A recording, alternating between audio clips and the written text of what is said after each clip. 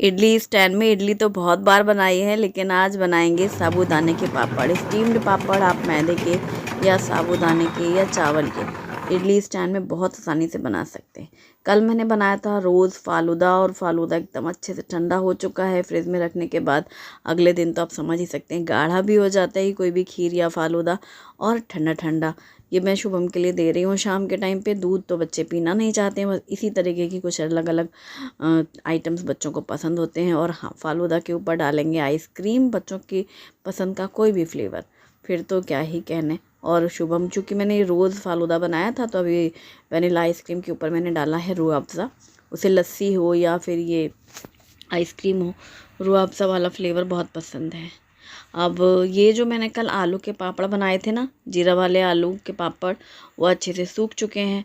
बस पहले मैं रात में बनाती हूँ घर के अंदर, अगले दिन उठा करके उनको धूप में रख देते हैं। धूप में वो अच्छे से सूख जाते हैं, और धूप में रखना बहुत ज़रूरी है। पापड़ घर के अंदर बनाए जा सकते हैं, लेकिन धूप में ही वो अच्छे से सूखते हैं। अब ये पापड़ अच्छे सूख चुके हैं, तो बस ये देखो 3 दिन मैंने बनाया था, 3 अलग अलग तरीके के हैं। पहले दिन जीरा और धनिया डाला था, सेकेंड डे साबूदाना डाला था, थर्ड डे केवल जीरा और आलू है। ये देखो जीरा वाले आलू पापड़, ज़्यादा से जीरे डाले थे मैंने, और कितने बढ़िया सूख गए हैं। क्योंकि ये सिर्फ आलू है, इसमें साबूदाना नहीं है, तो ये जल्दी सूख जाते हैं। और बस इसी तरीके से ये तीनों ही पापड़ 2-3 दिन, क्योंकि इसको तो रखना ही है, तो वो भी साथ में लपेटे में आएंगे मतलब उन्हें भी रख दिया जाएगा बालकनी में उठा करके। बस ऐसे रखना है, तो वो दिन भर की जो धूप लगती है उससे वो और अच्छे से सूख जाएंगे। फिर इनको हम पैक करके रख देंगे। तो फिलहाल मैं इसी तरीके से बर्तनों में ही रखे रहने देती हूँ, और यहाँ से हटा देती हूँ, कहाँ रखूँ बड़ी समस्या है। और कल किसी ने मुझे बोला कि प्लास्टिक में चिपक गए थे उनके पापड़। ऐसा नहीं है, जब ऊपर के सूख जाते हैं तो जब अगले दिन सुबह इनको पलटना होता है ना, तो ऐसे धीरे से ऐसे ऐसे हौले से उनको उठाओ, पलट दो, तो आसानी से पलट जाते हैं। क्योंकि पहली रात से सुबह तक में इतनी तेज थोड़ा ना सूख पाते हैं, वो हल्के गीले रहते हैं, तो गीले में वो आसानी से पलट जाते हैं। और जब वो पलट जाते हैं तब उनको धूप में कुछ भी ऐसे प्लास्टिक बिछा के उनमें दूर दूर फैलाए थे मैंने। ये तो शाम में अभी शुभम ने सारे वो प्लास्टिक से उठा के इसमें रखा है, वो रोज़ यही कर देता है मेरे लिए, फिर शाम को मैं उठा लेती हूँ उसको। पर सुबह भी ऐसे दूर दूर फैलाने पड़ते हैं धूप में। अब आज क्या बनाया जाए? आज मैं साबूदाना का पापड़ बनाऊंगी, स्टीम्ड वाला। तो पहले घर के रोज़मर्रे के काम किए जाएं, उसके आगे होंगी फिर होली की तैयारियां।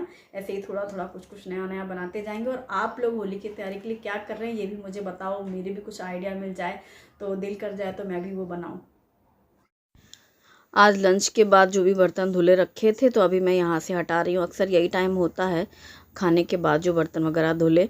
और गर्मी कितनी तेज़ शुरू हो गई है, भुसावल में तो काफ़ी तेज़ गर्मी है। और आपके यहाँ क्या हाल है मौसम के? वैसे तो सभी जगह थोड़ा थोड़ा चेंज हो ही गया है, गर्मी की शुरुआत हो गई, लेकिन अच्छी भली गर्मी होली के बाद तेज़ वाली शुरू हो जाएगी। रात के खाने के लिए मैं यहाँ पर तैयारी कर रही हूँ। तो मैंने लिया है 1/2 कप चने की दाल। चने की दाल को पहले से पानी में डाल के रख दो ना, जब हम कुकिंग करते हैं तो फिर वो थोड़ी सी भीग जाती है, तो जल्दी से पक जाती है। इसी के साथ ही मैंने यहाँ पर लिया है चावल। तो 1 कप चावल निकाले हैं पानी में, और आधा कप चने की दाल। और टमाटर रखे हुए हैं, उनको वॉश करके रखना है फ्रिज में। ये है सैलड स्पिनर। इसमें आप मतलब 2 बास्केट हैं, जैसे वॉश भी कर सकते हैं, spin, dry, salad, fruits and vegetables, जो भी आपको धुलना है। तो इसमें 2 है ना बास्केट, तो एक ड्रेन बास्केट भी है, और एक में आप पानी डाल करके अच्छे से पहले वॉश कर लें। फिर दूसरी जो ड्रेन बास्केट है, इसमें पलट लें तो पानी झड़ जाता है। और अब इसको ड्राई करना है, तो वो भी इसमें बहुत आसानी से हो जाता है। कई बार आप फ्रूट्स बच्चों को दे रहे हैं लंच बॉक्स में, तो आपने वॉश किया, वो एकदम गीले गीले से रहते हैं, तो बस इसमें आप स्पिन कर लेते हैं, ड्राई हो जाते हैं फ्रूट्स या वेजिटेबल्स बहुत ही जल्दी। जो पानी है वो नीचे ही दूसरा जो बड़ा वाला बास्केट है उसमें रह जाता है, और ऊपर वाली बास्केट आप हटा लेते हैं। तो ये टमाटर मैंने रख दिए हैं बास्केट में। मैं फ्रिज में रखती हूँ हमेशा, ये वाले बड़े वाले बास्केट में, क्योंकि टमाटर ज़्यादा यूज़ होते हैं ना और आलू, टमाटर, प्याज ये कुछ अलग से स्टोर करके रखने ही पड़ते हैं, कि कोई भी सब्ज़ी नहीं हो, दाल भी बनानी हो, तो टमाटर तो लगते ही हैं। बस अब जल्दी से खाने की तैयारी कर लेते हैं। और क्योंकि इस खाने के बाद मैं बनाऊंगी स्टीम्ड साबूदाना पापड़, बहुत जल्दी बन जाते हैं, मिनटों में, कोई दिक्कत की बात नहीं है। बस पहले खाने की तैयारी हो जाना सबसे बढ़िया चीज़ है। तो ढेर सारी सब्जियां ले सकते हैं। मैंने गाजर, मटर और गोभी ली है, तो इनको मैंने डाला है पानी में साफ़ करने के लिए। और साथ में सारी तैयारी कर ली है चॉपिंग कटिंग की। तो इस ड्रेन बास्केट में मैंने पहले निकाल के साइड में रख दिया है और यहाँ पर अगारो का इलेक्ट्रिक राइस कुकर का पॉट लगाया है, स्टार्ट किया है। सरसों का तेल डाल करके गरम कर लिया है। 1 चम्मच जीरे डाले हैं, बारीक कटी हुई लहसुन डाली है 3-4 कली, और इसके बाद हरी मिर्ची बारीक कटी हुई डाली है। इसी के साथ ही मैंने डाला है हींग, हींग के साथ डालेंगे बारीक कटा हुआ प्याज। ज़्यादातर चीज़ों में मैं हींग डालती हूँ, मुझे अच्छी लगती है। और ये अदरक ग्रेट करके डाला है, आप चाहें तो अदरक को एकदम फाइन चॉप करके भी डाल सकते हैं, अच्छी लगती है खाने में। मैं ग्रेट करके डालती हूँ, वो पूरी मिक्स हो जाती है, घुल जाती है, तो पूरा फ्लेवर आता है। प्याज अच्छे से फ्राई होने के बाद डाले हैं 2 टमाटर बारीक काट करके, और हल्दी पाउडर, धनिया पाउडर, मिर्ची और होममेड गरम मसाले के साथ ही नमक डाला है। आप चाहें तो इस खिचड़ी में खड़े मसालों का तड़का लगा सकते हैं। जो मैंने होममेड गरम मसाला डाला है वो सारे खड़े मसालों को पीस करके ही घर पे बनाया है, तो इसलिए मैं अक्सर ही वही डालती हूँ। और अब मैंने धुली हुई सब्जियां डाल दी हैं, जैसे कि गाजर है, गोभी है, मटर है। इसमें आप सब्जियां अपनी मन चाही ढेर सारी भी डाल सकते हैं। ये है धुली हुई चने की दाल, उसे भी डाल करके पहले सब्जी और मसाले के साथ कुछ मिनट अच्छे से भून लेंगे। ये चने की दाल ना छोटे छोटे दाने की है, मतलब ये देशी चने की दाल भी 2 वैरायटी में आती है, एक बड़े बड़े दाने की, एक छोटे दाने की। ये छोटे दाने वाली है जो खाने में बहुत अच्छी लगती है। और अभी मैंने डाले हैं धुले हुए चावल और दाल डाल करके अच्छे से पहले मिक्स करके कुछ मिनट भून लेंगे। अगर आप इसमें पुलाव जैसा बनाना चाहते हैं, चना दाल पुलाव, तो भी वो बहुत अच्छा बनता है, बट ड्राई रहता है। मैं खिचड़ी बना रही हूँ चने दाल की। तो अब मैंने डाला है पानी, पानी थोड़ा ज़्यादा डालेंगे, तो मैंने यहाँ पर 3-4 गिलास के करीब पानी डाला है आराम से। थोड़ी पतली सी रहेगी खिचड़ी, इसलिए रात के समय में मतलब कुछ ऐसा खाना हो कि 1 पॉट में बनाना है ढेर सारी सब्जियाँ डाल करके, तो बेस्ट ऑप्शन है। आप दाल कोई भी डाल सकते हैं, चेंज कर सकते हैं। अभी यहाँ पर खिचड़ी हमारी तैयार हो चुकी है और मैंने तड़के पैन में घी गरम किया है, जीरे डाले हैं, सूखी लाल मिर्ची डाली है, हींग डाली है और चुटकी भर लाल मिर्ची पाउडर भी डाला है। अभी इस तड़के को हम डालेंगे खिचड़ी के ऊपर। अगर आप खड़े मसाले का तड़का लगाना चाहते हैं तो वो भी कर सकते हैं। अब बस इसके ऊपर डाला कटा हुआ धनिया पत्ता और मिक्स कर लिया, और ये हमारी चना दाल खिचड़ी मिक्स वेजिटेबल्स के साथ ये खिचड़ी तैयार है। तो ढेर सारी सब्जियां अपनी पसंद की डाल सकते हो आप, इसमें ब्रोकली भी डाल सकते हो, पत्ता गोभी भी डाल सकते हैं, कोई भी सब्जी। और ऊपर से घी डाल करके साथ में है पापड़ आलू के जो मैंने नए नए बनाए हैं, दही छाछ जो भी पसंद है वो आप सर्व कर सकते हैं। तो अब डिनर का काम जैसे ही खत्म। आज मैं इडली स्टैंड में बनाने वाली हूँ साबूदाने के पापड़। साबूदाने के पापड़ मेरे बच्चों को पसंद है, हम लोग अक्सर रेडीमेड भी लेते रहते हैं, और ये स्टीम करके बनाऊंगी।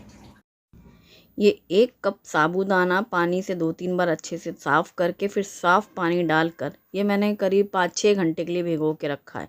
लेकिन इसमें मैंने नमक भी डाला है, जब मैंने भिगोया था तब नमक भी डाल दिया था, ताकि नमक भी उस पानी के साथ में साबूदाना सोख कर लें। इडली का पॉट पानी डाल करके गर्म करने रखा, और इडली की जो प्लेट है इनको मैंने ग्रीस कर लिया है।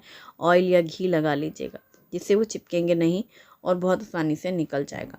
अब इस प्लेट को हम रखते जाएंगे जैसे हम इडली बनाने के लिए रखते हैं। ये मैं 3 प्लेट वाला इडली स्टैंड यूज़ कर रही हूँ। ये किसी ब्रांड का नहीं है, ऐसे लोकल है जैसे मार्केट में मिलते हैं, क्योंकि ये मार्केट का ही लिया हुआ है।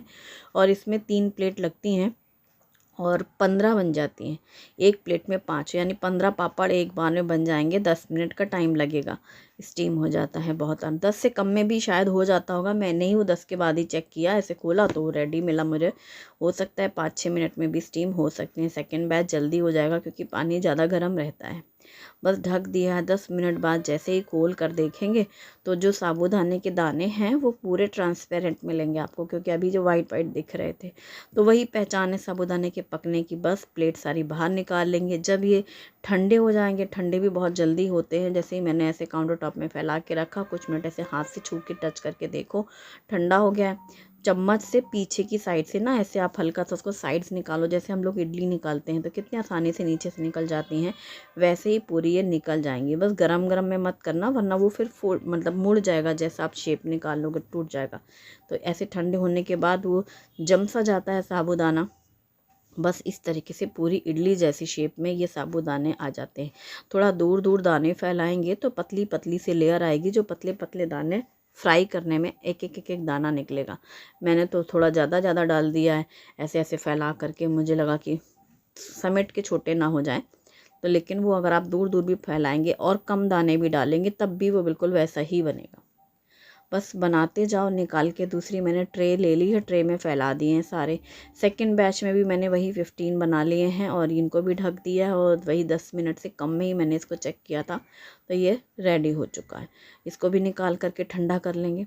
टोटल 2 बैच इसमें मैंने बनाया है। इस तरीके से आप साबूदाने के पापड़ बना सकते हैं। मैदे के भी ऐसे स्टीम्ड बनते हैं, मैदे का बैटर बनाया जाता है, या चावल के आटे का भी आप बैटर बना सकते हैं। फिर थोड़ा थोड़ा ऐसे हर बार चम्मच से डाल के पोर कर सकते हैं, या बड़ी कढ़ाई में आप जाली रख सकते हैं, उसमें भी बन जाते हैं। शेप गोल देने के लिए बैंगल्स रख लो या यूं ही फैला दो छन्नी में। तो इस तरीके से अलग अलग आइडियाज़ रहते हैं सबके बनाने के। और अब इसको धूप में सुखाना बहुत ज़रूरी है और इसको सूखने में टाइम भी काफ़ी लगेगा। तो बस जब सूख जाएंगे, जब हम इन्हें फ्राई करेंगे, तो वो मैं आपके साथ ज़रूर शेयर करूँगी। आप लोग क्या क्या तैयारी कर रहे हैं होली की, मुझे ज़रूर बताइएगा। आज का वीडियो कैसा लगा। Thanks for watching. Bye bye, take care.